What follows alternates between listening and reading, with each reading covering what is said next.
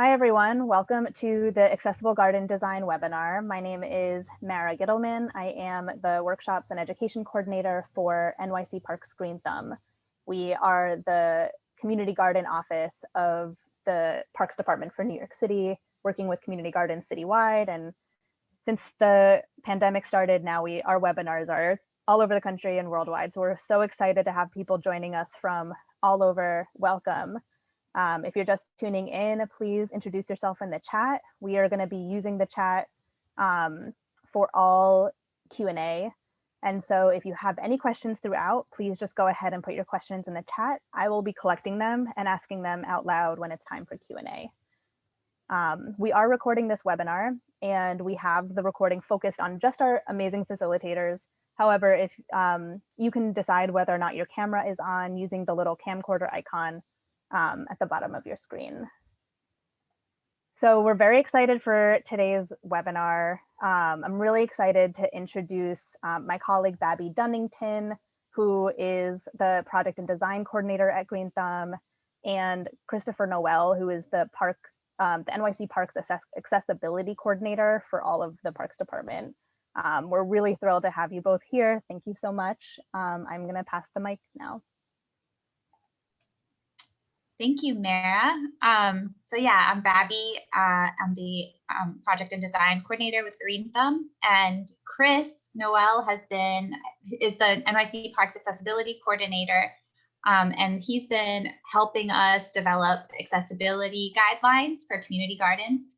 So these are kind of some highlights of those guidelines that we've come up with, and a lot of these are tailored specifically to community gardens, budget limitations that community gardens have, and like lots of solutions that don't require specialty equipment and things that can be accomplished by community groups. So, yeah, Chris, do you want to talk about your role at Parks a little bit? Oh, you're muted.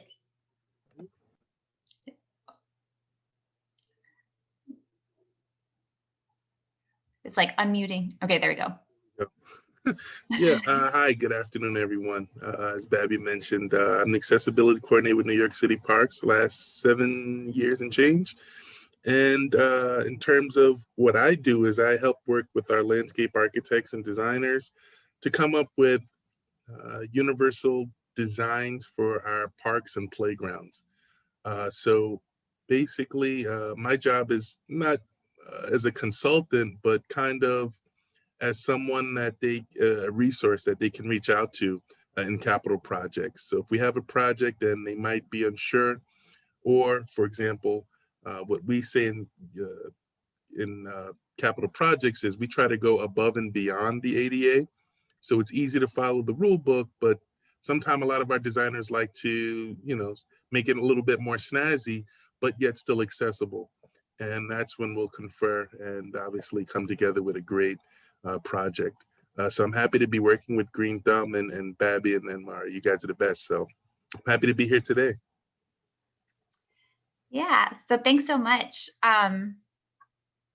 I'm seeing a lot of questions. So Mara is writing in the chat that she'll get to the question and answers at the end of the presentation. So continue to add your questions into the chat and we'll get to those. So yeah, today we're going to go over some universal design principles, designing a barrier-free garden, important considerations. So this workshop focuses on ADA specifications and how you can take those into account to create an accessible garden for your community. And Chris, do you want to talk a little bit about what ADA is? Obviously, ADA is the Americans with Disabilities Act. And it was created so that persons with disabilities, whether minor or major, would still be able to participate in everyday life here in America. And we use it as a guideline, whereas other countries, they might not be as strict as we are. But for the most part, it's something that guarantees that persons with disabilities will be able to participate in everyday life, just like everyone else, without any barriers. Mm-hmm. Thanks, but yes, exactly. So yeah, so we're going to look at some of those guidelines and how they can be incorporated into community gardens via pathways, ramps, raised beds, and additional elements in the garden. And then we'll go ahead and take questions at the end of the presentation. So universal design principles include equitable use, flexibility in use, simple and intuitive use, perceptible information, low physical effort, size and space for approach and use, and basically taking into consideration diversity of people who use the gardens and challenges that they might have, whether they be visual, mobile challenges, cognitive, and trying to make gardens accessible for all. That's what we mean by universal design principles.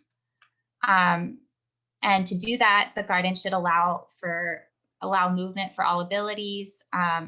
Gathering spaces should be accessible to all. Growing spaces should be accessible to all. Tool storage should be accessible to all. And of course, being able to enter the garden in the first place should also be accessible to all. So today we're talking about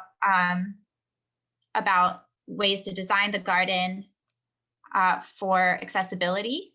These are some of the clearances from ADA guidelines that are important to think about when we're doing all of these designs. And for example, you have here, and in this presentation, which Mara can give out afterwards, there is a link to the complete guidelines, so you can kind of see them in more detail. But it's important to look at the measurements of a wheelchair. So the 48-inch clearance for the length, and then 30 inches for the width. Here we have the passing clearance for 2 wheelchairs, 32 minimum for entrances, 36 for pathways, and that's a minimum. So, so just these kind of, measurements are kind of guiding us through, and we'll talk about them more in detail with the features that we cover. And then similarly, the reach ranges. So looking at how far the human body can go in this, using a wheelchair, the 20 inches maximum if there's a table, for example, in front. So these are important things to consider when you're designing shed shelves, for example, or raised beds. Again, here, raised beds or shed shelves or trellises, which we'll discuss later, these are great diagrams to reference when designing those things. So first, we're going to go over, anything to add about that, Chris? Good. Okay. You're fine. You're fine. Okay, we did a rehearsal, so everything that I'm saying, he has helped me put together. So the pathway is really important in gardens because this allows people with multiple disabilities to access gardens. I think the first thing people think of is mobile, when people are using mobility aids, but it's also helpful for people with visual disabilities as well. Having a path that is a different color than the ground can help to kind of guide the eye and help people see where they're going. So the most important thing with paths is the slope. There needs to be a slope that isn't too steep so that people can easily go up a slope. The ADA standards require a 120 slope. That means for every 1 foot up, there is 20 feet of length. And you can see that here. And that should be, even with that slope, there should be a 40-foot maximum before there's a flat landing that you can kind of rest on. And so when you're out in your garden and you're trying to make a path, it's important to measure your slope so that you can either confirm that it is accessible, or so that you can try to build or move soil around so it's accessible. And you can use this measuring method that we have here. So this is a video from Nebraska Extension, I believe. And I'm just going to let it play so you can see the method that he uses here to measure slope. You need to know the slope of the lawn where you're going to install your garden. To do that, you need a couple of stakes, you need a string, and you need a level. A simple way to do this is to put 2 stakes in the ground exactly 100 inches apart. Then place a string upon the uphill stake, being careful to get it right at the ground level. You may have to work it into the grass to get it to the ground level. This string then, if you run it to the second stake, exactly 100 inches away, wrap it around this stake a couple times to hold it tight. And now estimate if that string is level. You can use a carpenter's level, you can use a bricklayer's level, or you can use a 4-foot carpenter's level, or a string level if you have one. A simple way to do this is to place one end of the level beneath the string and then slowly lift the level that it touches the string, not moving the string. I notice this isn't quite level, so I need to adjust my string. Simply unwrap the string, lower it slightly, and wrap it tightly again. 3 wraps will hold the string with some tension long enough to do this test. Now my string is level, and I can use a ruler or a measuring tape to simply measure from the ground level to my string. 9 inches. 9 inches over 100 inches is a 9% slope. Okay, so that's how you measure slope. You need to know. So I have a pop quiz now that we've learned about slope. If your slope is 6 inches high and 5 feet long, is that an accessible slope? And you can go ahead and put your answers in the chat.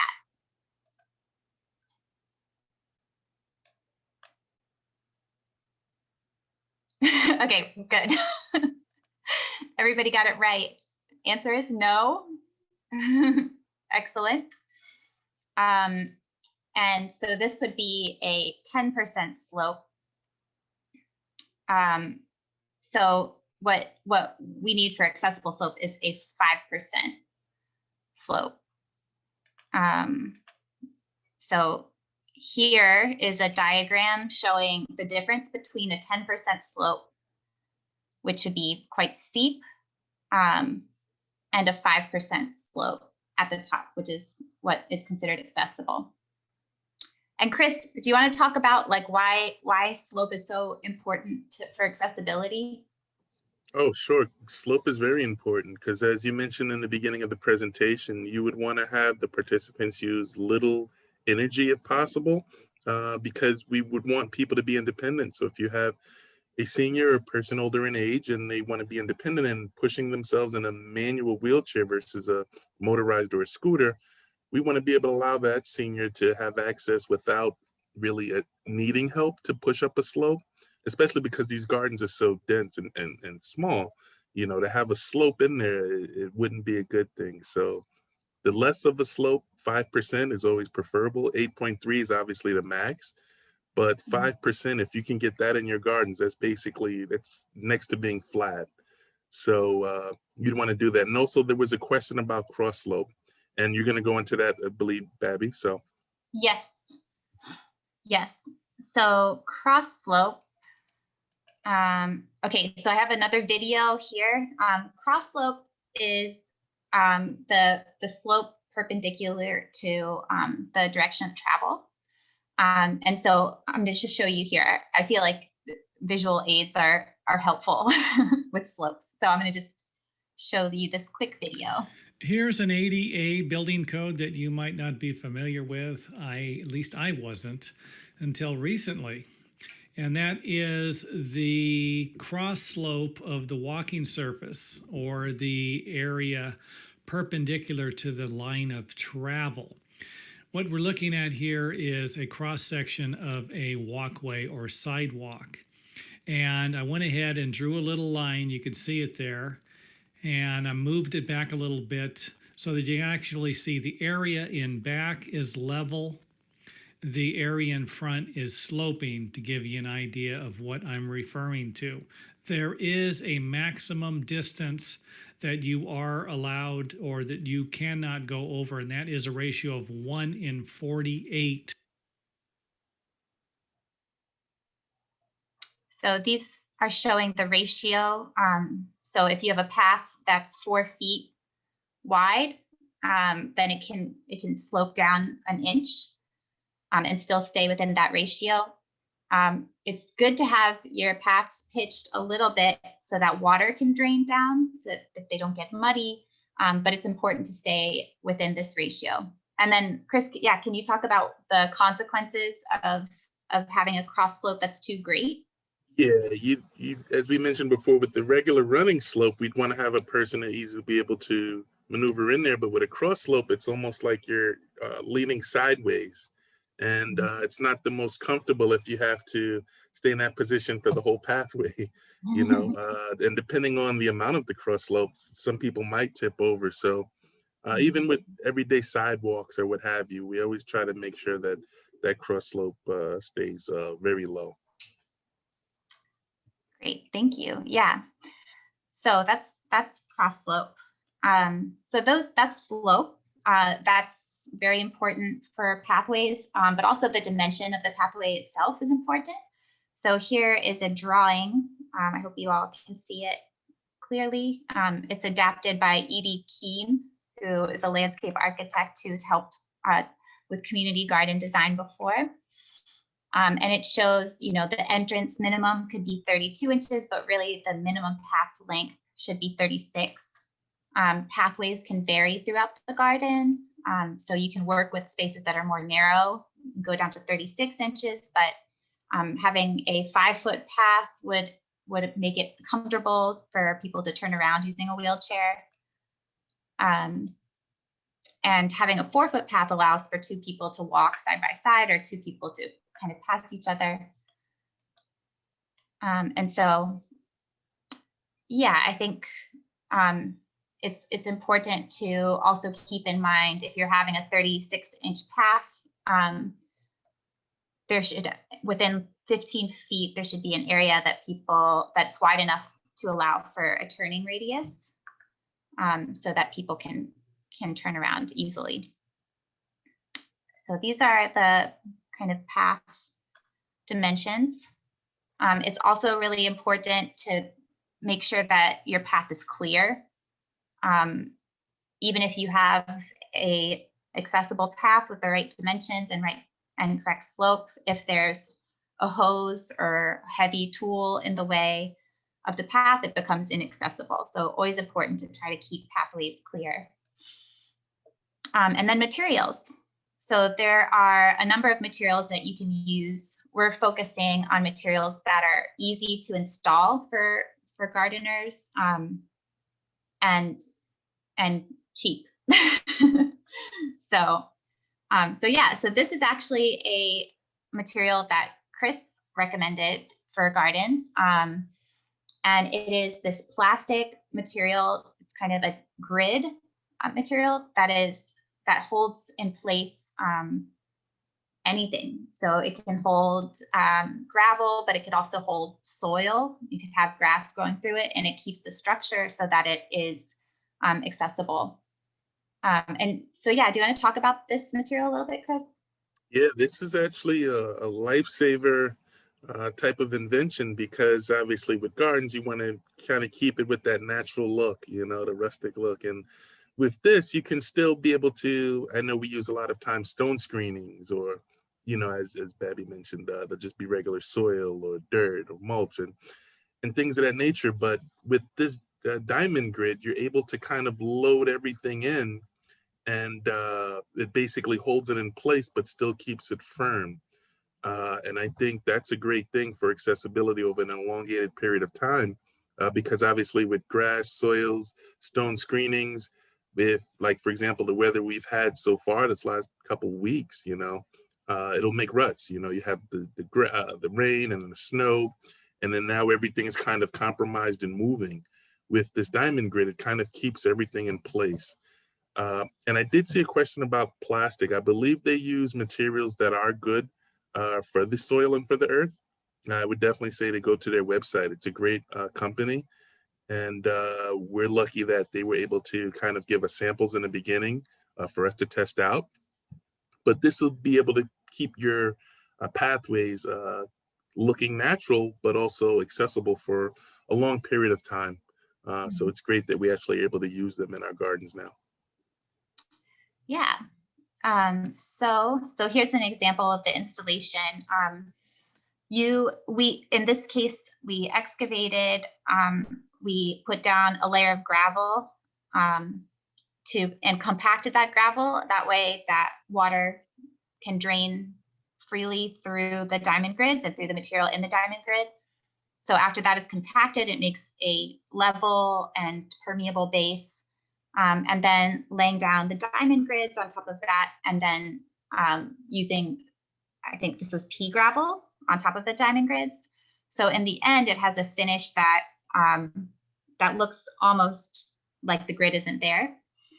And of course, putting edging as well. And edging has the function of leading the eye, containing the material. And also, if the edging goes up high enough, it helps to kind of contain a person using a mobility aid within the path. Is that right, Chris? Yep. Yeah. So so that's an option. And this is a little diagram of the installation. So you would have edging, the diamond grid, the layer of gravel beneath it, and filled with some kind of stone screening or pea gravel on top. And here's a video of Chris using a diamond grid path. So you can see it very easy to use.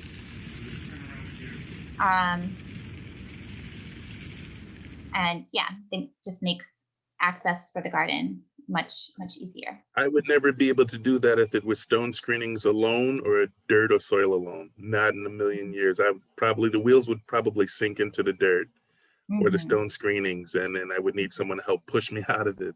So this right here, when it was installed, I was like, this is the best thing ever, you know?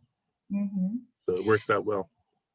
Yeah, and like a great thing is that the installation doesn't require heavy. It does, if you're going to use the gravel, it uses a plate compactor, but other than that, it doesn't require, like, you know, heavy machinery or expensive machinery. So yeah, so then another option is gravel crusher fines crushed stone. The stones that you use have to be small, angular, and most importantly, very well compacted. So like Chris said, if you use stone screenings and it's not compacted, then it's not accessible because a wheel will sink into the stones, almost like sand. So it is really important to make sure that if you're using this material, to make sure that it's compacted sufficiently. And then the stones between 3/8 and 1/4 inch is important, because if they're too large, again, it's not accessible. And then compacting it down. So yeah, so this is good because it doesn't have plastic, which I think some people are concerned about, but you definitely need a compactor, and you will need to have maintenance on this type of path over the years. Do you want to add anything to this? No, it's just that it's a clean look, and it's great to be installed because I've been in some community gardens where I would get stuck. And this is great. Okay, so yeah, compacting it and maintenance over the years is definitely important with that choice. And similar to the diamond grid, you would excavate, put down edging. This one is very simple because you just kind of push the stone screening into the path area, and then you compact it with a plate compactor. If you have a lot of help, you can use hand tampers as well, but plate compactor would probably have the most effective compacting. And then one thing that you, like I said before, it does require maintenance, and this is an example of how leaf litter, for example, can get caught up in the stone dust. So, and unlike pavers, you can't really brush it away. So over time, you might need to add more stone dust in, or do some weeding if like enough material piles up that grass grows in it. So just that kind of thing is something to be aware of. And here's a little diagram of how you can use a base level of gravel and then stone dust on top. And that will clear the root barrier of many plants to help prevent weeds from growing up. And then another option is a paver path. This one, I think, takes a little bit more work than the other two options discussed, but it does provide a really nice option. I think it requires gravel compactor like the other two options, but then also a layer of sand where you level it with a board or a PVC pipe, and then the actual pavers themselves on top of that. So it requires a couple more steps and might be a little bit more pricey than the other options. So here's, and again, a picture. And in this option, it's really important to be mindful of the gaps in between the pavers. The gaps can't be like more than ½ inch far apart because the wheelchair wheel can get stuck in between, or any kind of walker wheel might get stuck in between the pavers. So it's important to be careful of that when you're installing these pavers. And then ramps. So this is the next kind of topic that we're going to discuss. Ramps should be provided when the slope is steeper than 1:20 ratio, or if there is a step and you want to have a ramp option. They shouldn't be steeper than 112, which is this drawing that you see at the top. And when they are, they shouldn't, when they are at that maximum, they shouldn't be longer than 30 feet. Another thing that they should include to be completely accessible is to have a railing. So when you are using a ramp, it's important to have a railing so that people who are walking, or if elderly people or people who use walkers are going up the ramp, they can hold onto the railing for assistance. And they should also have the same dimension requirements as paths. Also, it's great if you're installing a ramp to have gravel or concrete foundation so that they don't sink and become uneven over time.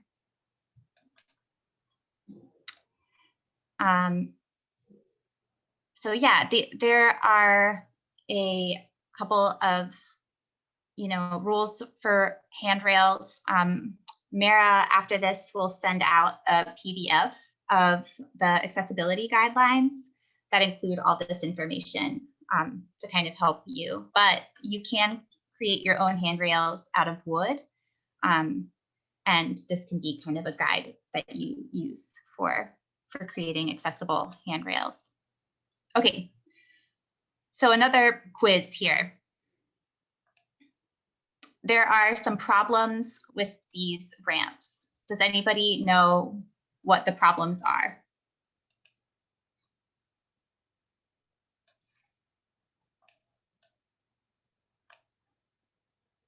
Oh, great. So good. The left one is is okay for a ramp, but you're correct about the curb. So ramps need curbs to prevent a wheelchair user from falling off the edge, sliding off the edge of the ramp. So great catch.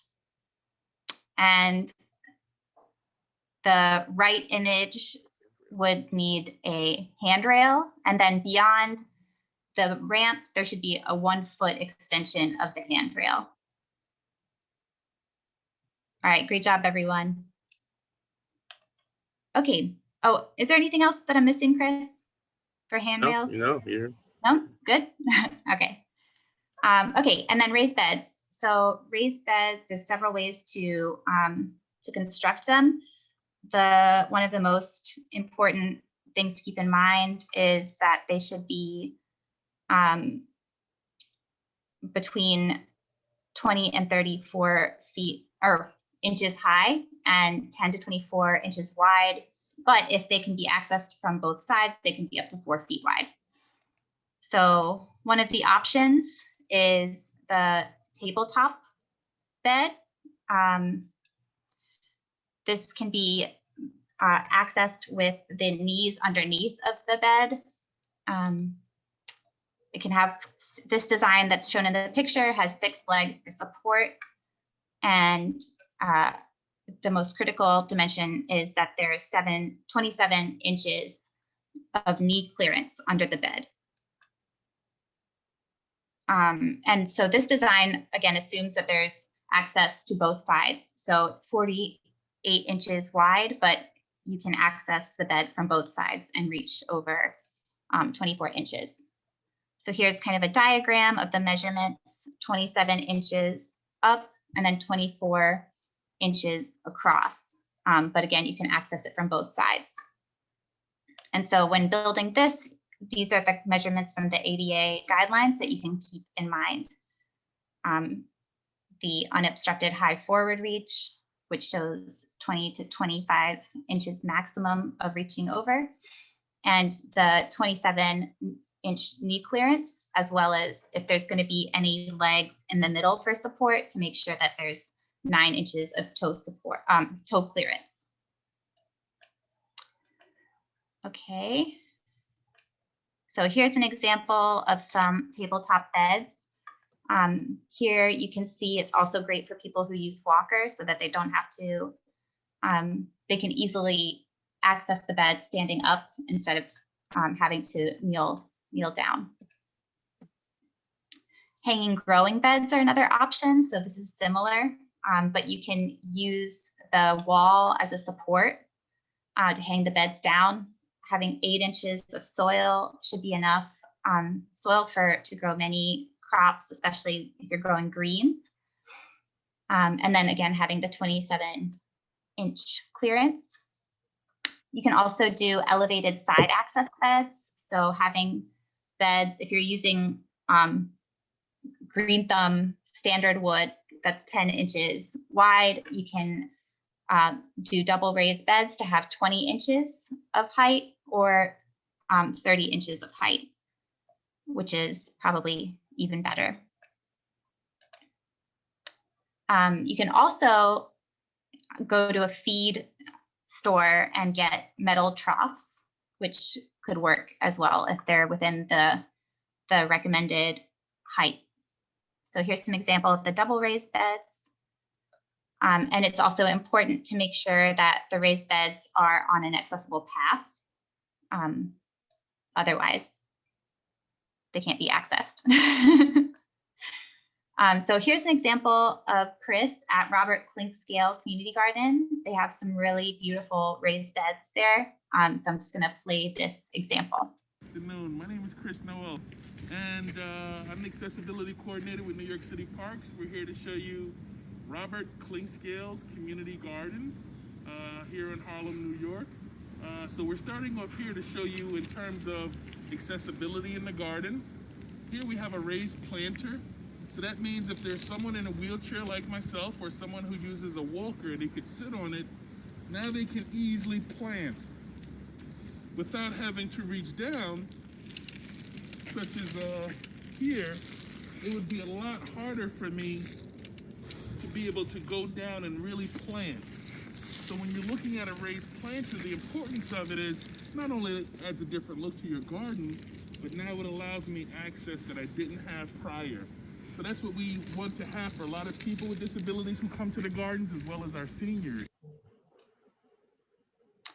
who use the garden. And here's another option for a raised planter. It's a little bit lower than those. But here, as you see, it still allows me more access to reach over. So depending on the level that I'm sitting at, I can either go here, say for maybe a young child who wants to learn about gardening, or there for the adults or seniors who might need a little bit more height on the planted garden. Okay, so those are examples of 30 and 20 inch high raised beds with the side access. Afternoon.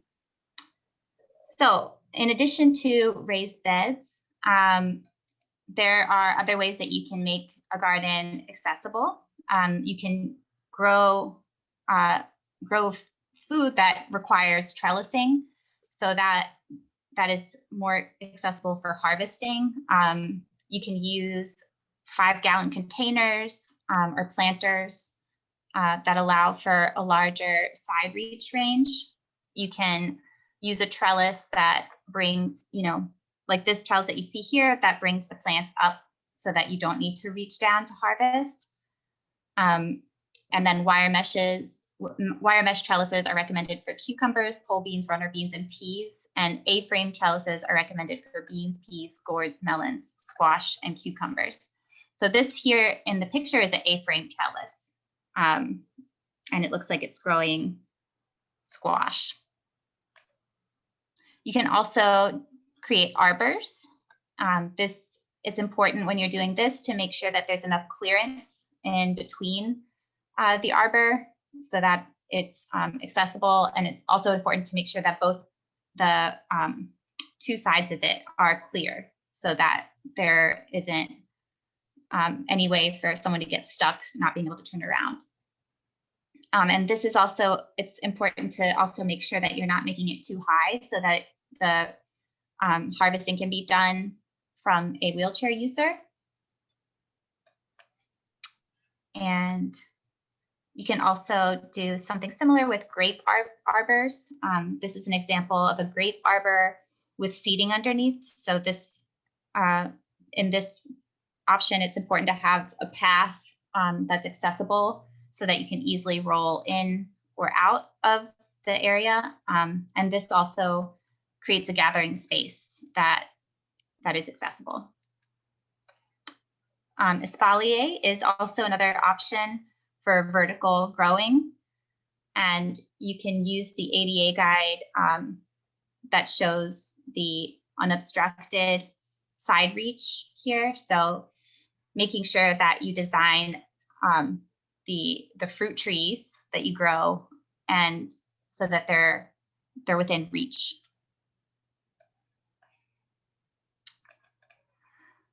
And then picnic tables are also important for accessible gathering spaces. Here you can see it's important to have the 36-inch clearance around the picnic table. It's also important to have 19 inches of table space for a wheelchair user to sit with their legs underneath, and then the 27-inch of height as well. So similar to the tabletop bed clearances. For all different kinds of accessibility, it's important to have seating in a garden. So whether it's to take breaks between gardening or for social gathering, it's important to have seating. You can use planters. And yeah, it's important to have seating in both sunny and shady locations. And so here's another video of Robert Klinksgale where Chris is going to go through and show the seating they have there. So as you see, we have a lot of crushed stone, which has been compacted over the years, making it still pretty much easy for someone to walk or roll over if I want to sit and have a game of chess, or talk to someone, or have lunch, or wine from the soon-to-be vineyard, right? We can easily sit down here. So as you see here, there's more than enough knee clearance, and there's more than enough depth. So that way I'm not sitting out here and have to reach here for the table.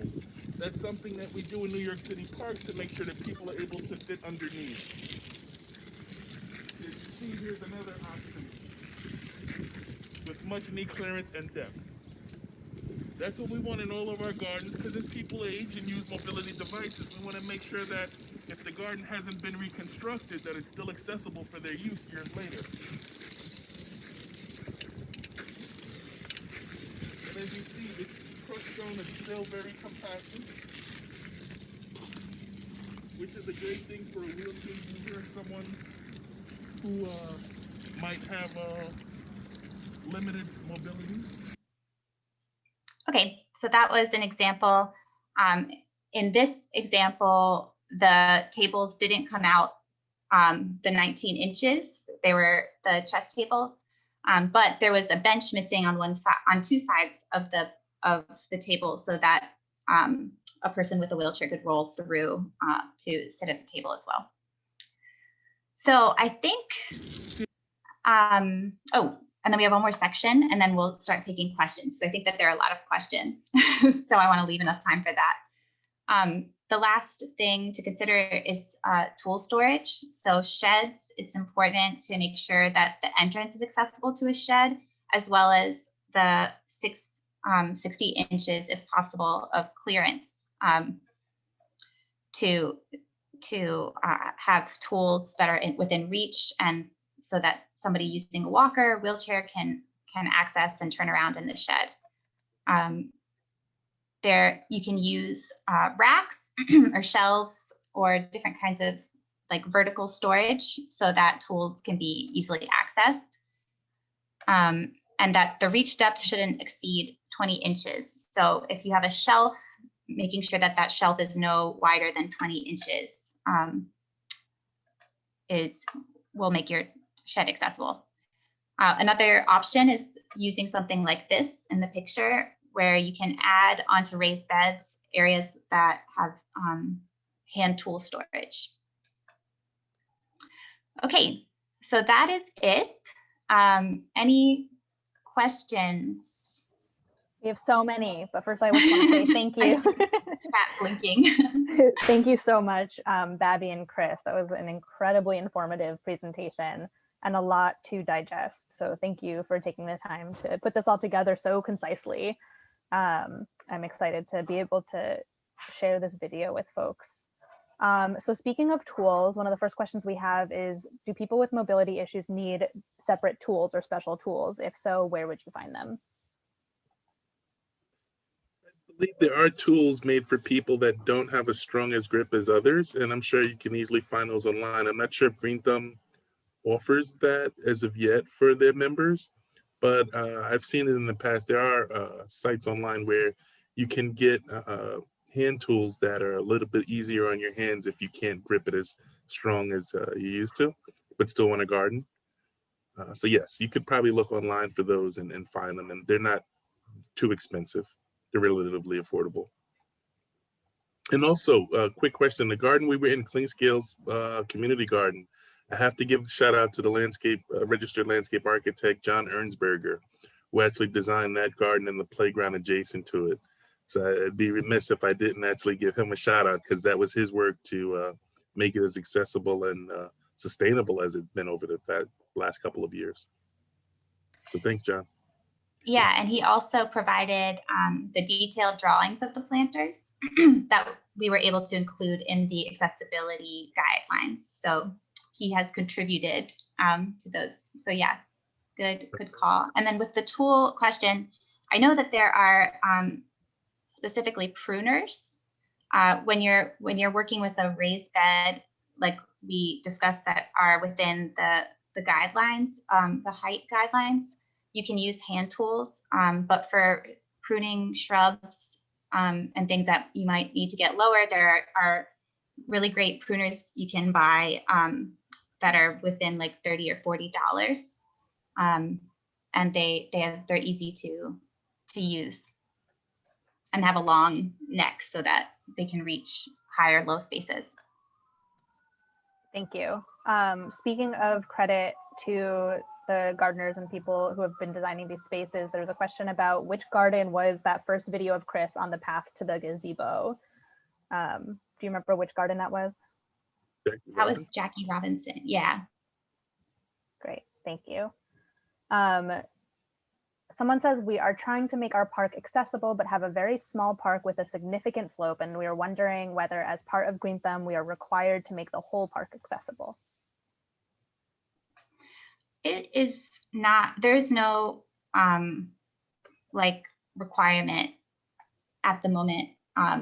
This is mostly like this workshop is, you know, to help give people the tools to make their gardens as accessible for their communities as possible. But there's obviously a lot of barriers with cost and labor and everything like that. So we don't really have like, it's not in the handbook, right, Mara? Yeah. No, it's not a requirement. But yeah. And also, sorry, babe. Oh, I was gonna say, if you are in the New York City area and it's a large park, you should maybe talk to your local elected officials and maybe let them know, like, hey, this park needs to be redesigned. It's very, it has a lot of slopes, and it'd be great for the community. And those capital dollars usually go into work, and that's when it comes over to us in capital projects, and we have a great group of landscape architects who will design try to get it as accessible as possible with new construction. But if you're doing an entire park, Babbie mentioned, that requires a lot of money. So if you're able to at least get the garden accessible, and hopefully it's not too far from the entrance where it's inaccessible to get to the garden, the key thing is making sure the garden is somewhat accessible as best you can. And for the larger park, try to get capital dollars from the local electeds to do a larger project. Thank you. And this is a related question, just a clarification. When we're talking about slope, are we specifically concerned about pathways? What if there's a large patch of land with a steep slope?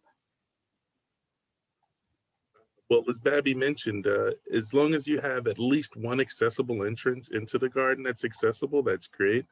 Sometime the way the land's configured, and a lot of times this was years ago, it's tough to kind of get that grade lowered. But as long as you're able to at least get into the garden accessibly at that 5%, that would be pretty much what we would want. Babbie? Yeah, I think that that's true. Eric Toman also wrote in the chat that the big red flag is when it's 100% inaccessible. But I think, like, yeah, I think definitely having at least one accessible entrance and path throughout the garden to social space and to a growing space option, I think is a good solution in those cases. Thank you.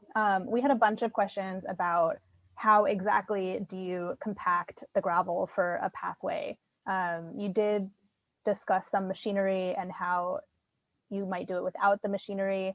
Can you go over that again? Like, how much is a compactor, and also how deep do you dig for the diamond grid path with the pea gravel? That was a separate question. You can start with the other one about how do you actually compact these pathways? So you can use a plate compactor.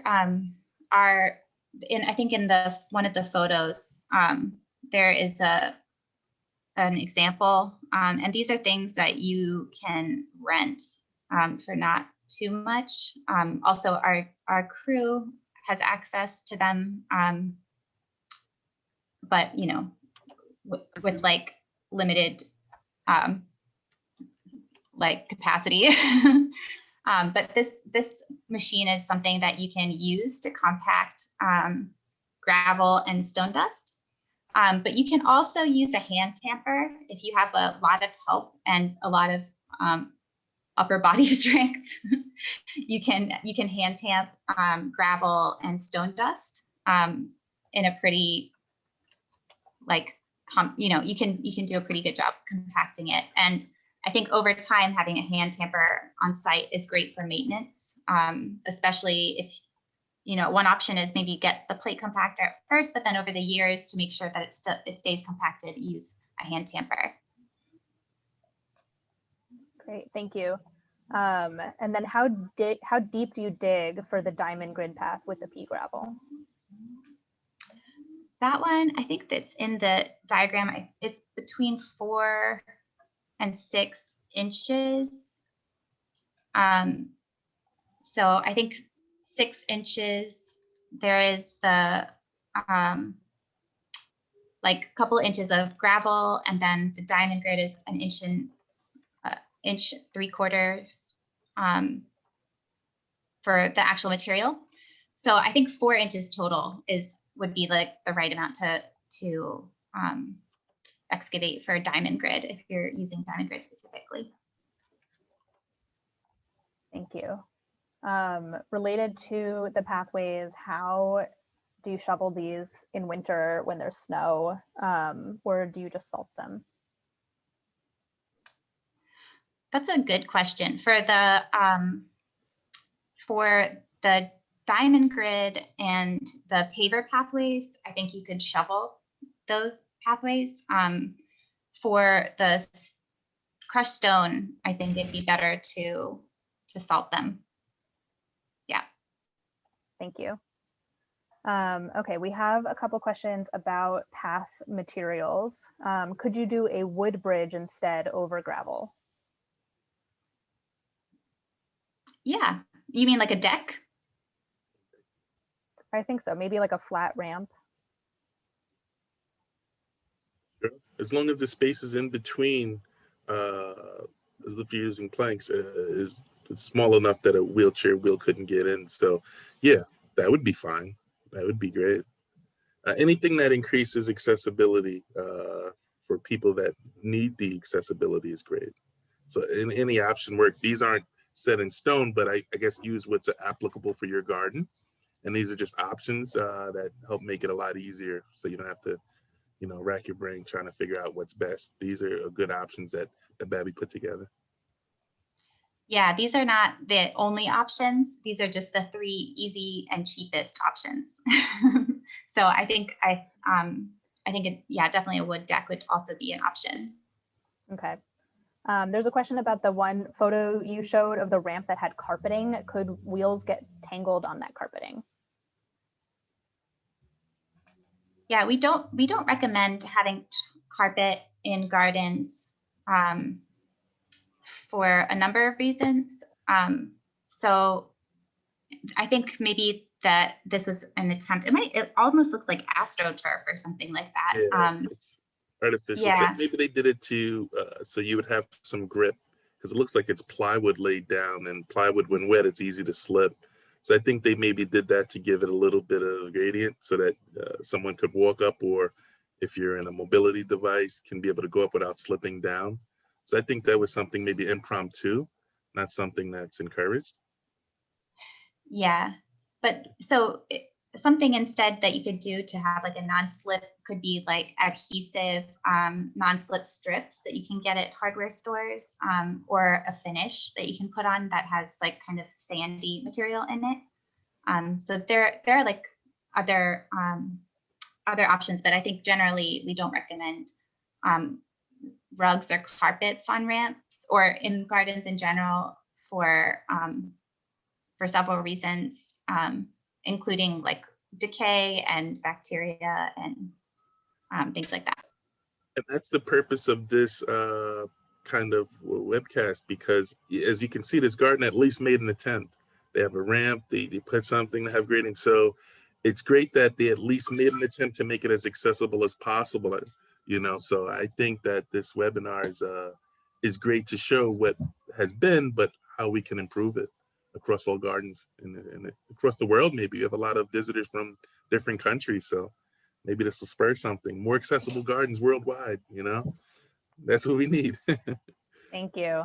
Can the two of you please comment on wood chip mulch and beach mats as pathway surfaces?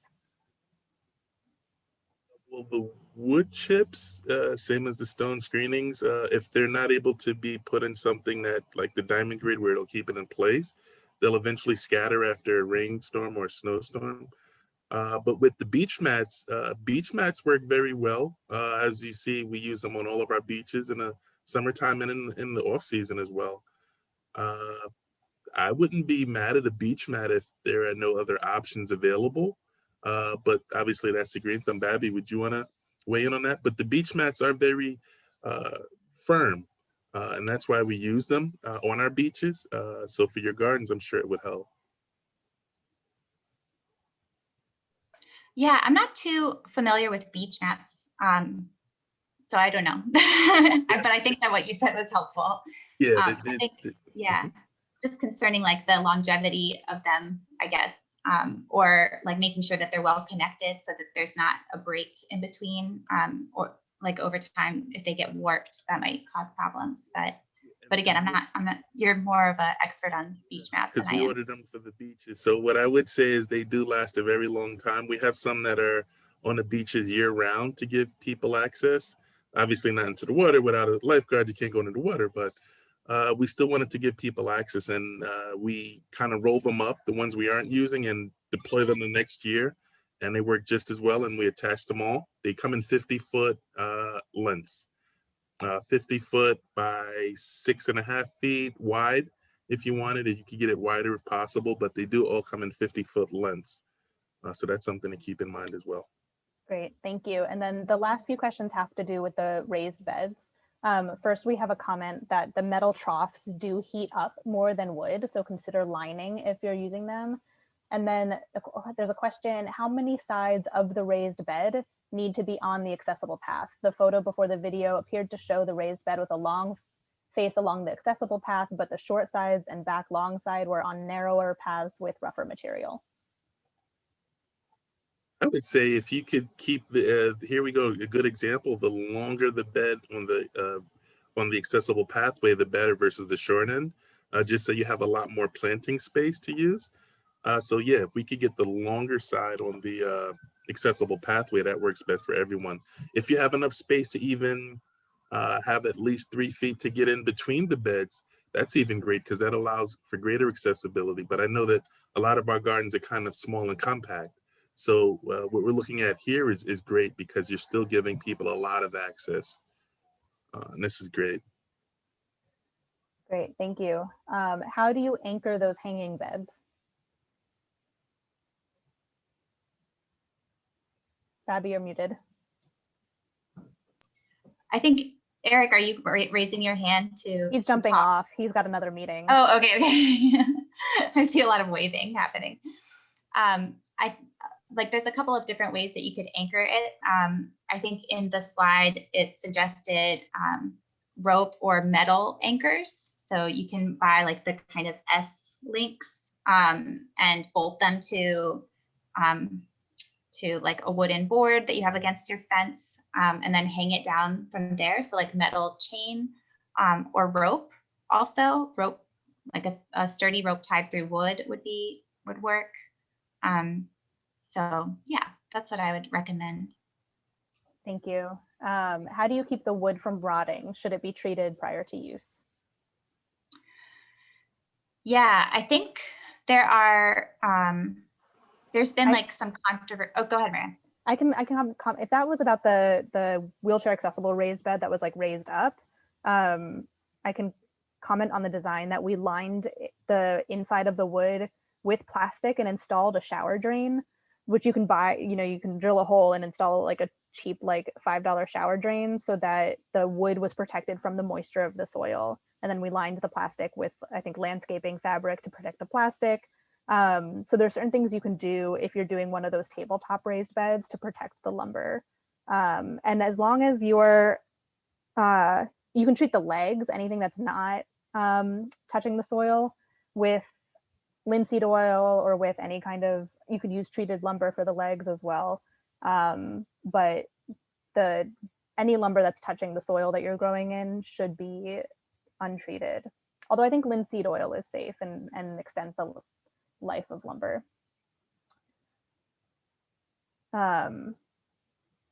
And I'm sure gravel would work as well instead of plastic, but I haven't tried it, so I can't speak to it. So we've reached 1 o'clock. I want to thank everyone for joining us. I know we had a few more questions, and which just a few more questions. So we might just keep going if that's all right with Chris and Babbie. Yep. But I just want to acknowledge everyone's time. That thank you so much for joining us. If you have to go, feel free to go. You'll still get a recording with the rest of it as well. So thank you so much. And thank you so much to our facilitators as well. Thanks so much, everyone, for coming. I'm so glad that everyone's interested in accessible garden design. That's really great to see.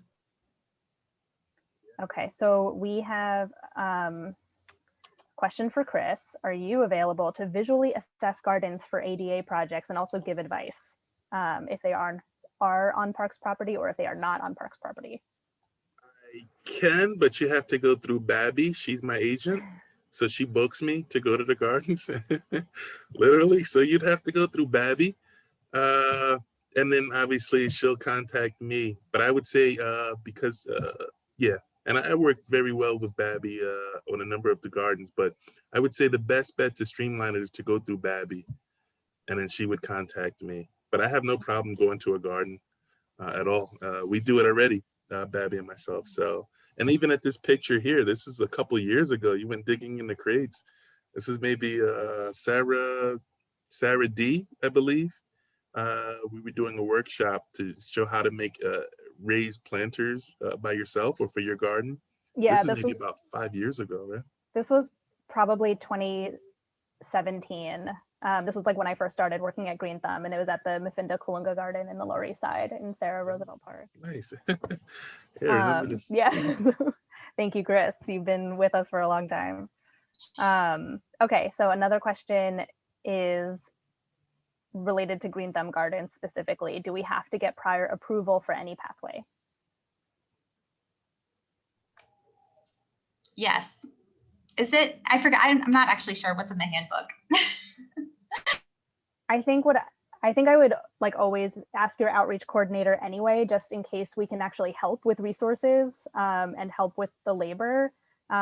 If you are fully changing the design of the garden, then yes, you do need approval. If you are just kind of working with your existing pathways and making them better, probably not. But again, it wouldn't hurt to reach out to your outreach coordinator, just because we can often offer advice and resources and help and support. I think it's also a good idea to tell your outreach coordinator, because sometimes there are, if your garden has like wanted to get new fencing or new sidewalks or something like that, for example, sometimes it takes a couple years for those projects to actually come through. So to get more clarity on timelines of other projects that might be happening, it's a good idea to just just like Mara said, let your outreach coordinator know. Can you use composite planks instead of wood for raised beds? I don't have that much experience with this. I don't know. Yeah, you mean the like recycled plastic kind of planks? That I think that's totally fine. It will work just the same way that the wooden raised beds would work. I think as long as you just pay attention to the dimensions that we mentioned in this workshop, I think any material should be, well, maybe not any material, but I think that material should be fine. All right, and then the last question is a fun one to end on, but we have a request that we GreenThumb do a workshop on ramps to gazebos and casitas. And I love that idea. And so I'm putting it in the record. Definitely. Yeah, okay. That's definitely a workshop within itself. Yeah, definitely. All right, thank you everyone so much for coming. Thank you, Babbie. Thank you, Chris. This was really amazing. We hope everyone has a wonderful day, and we hope to see you at future GreenThumb webinars. Our Grow Together conference is coming up. You can find a link to register on our website, and I'll put a link in the chat too. And yeah, we hope to see you all soon. Glad you guys all enjoyed.